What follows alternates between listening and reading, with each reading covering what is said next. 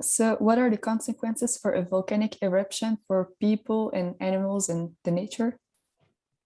Yes, I mean, as you know, the La Palma eruption started in mid-September, 19th of September, and it's still going on, although it's going a little weaker now. It seems less earthquakes, less volume eruption. So hopefully it's calming down now. But the area affected is quite densely populated, and that has been a bit of a shock.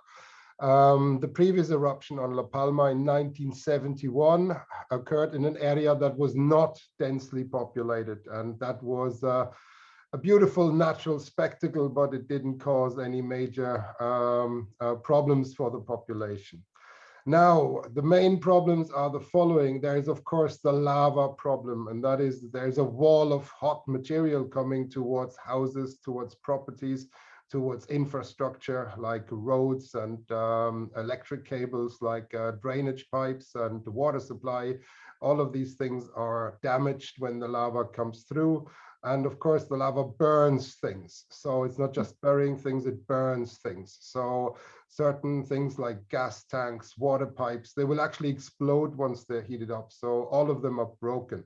And this is a huge problem. Electrical wiring is taken out. The electrical grid is suffering. There's big gaps in there. And these are, of course, problematic factors. Another key factor is, of course, the animals that are in this area. The humans can be evacuated quite effectively. If you know lava is coming, you have a little bit of time to bring the humans out. But many animals are not so easily brought out of the exclusion zone, because sometimes pets are very shy. They react differently. I've seen a lot of stray cats and chicken and dogs. They hide sometimes, and the owners cannot quickly find them, for example, or it's just too many. And then they are left in these areas. The emergency services are bringing food and water. We always had some cat food with us. Whenever we saw some animals, we handed out some, but it's very hard. Now, I mean, many of them will survive by their own kind of nature, but some of them will not, I'm afraid. Another key problem for animals as well as humans, of course, is the air quality. This is really dramatic. This is far beyond the lava flow area. And that is, there's ash fall, there's particles in the air, and there is, of course, also gas. And this is two different factors. The particles, they will clog your lungs. There is this P10 problem. It's when you have a high concentration of particles below 10 microns, they will actually go into your lungs. And the ash particles are tiny little glass shards with very sharp edges. So they lock themselves into your respiratory system. So it's very hard to get them out if you inhale too many of them.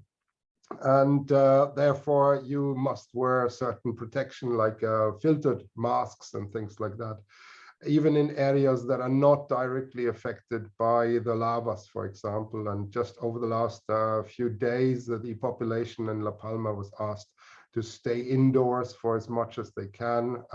Some 30,000 people were asked to stay indoors, because also the gas concentration can be very high. And the main problem here is sulfurous gas, and sulfurous gas is really aggressive. We use sulfur for disinfection. We use it to disinfect, for example, wine barrels and things like that.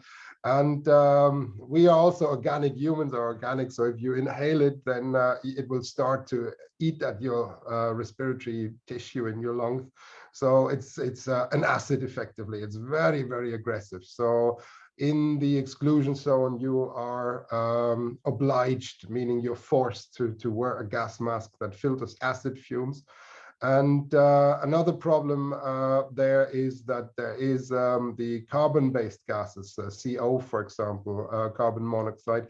That is a gas you cannot smell. You actually are not aware that it exists unless you have a gas detector, a little device that tells you that there's gas. And it's a very heavy gas. The molecules are very heavy. So they fall into depressions, into little valleys and ditches and things like that.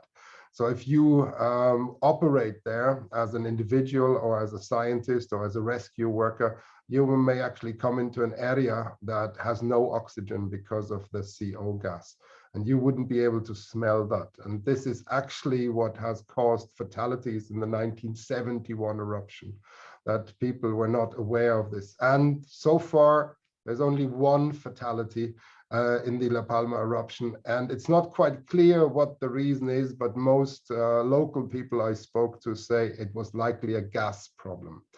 So that's the dangers. Hopefully that summarizes it reasonably for you. Yes.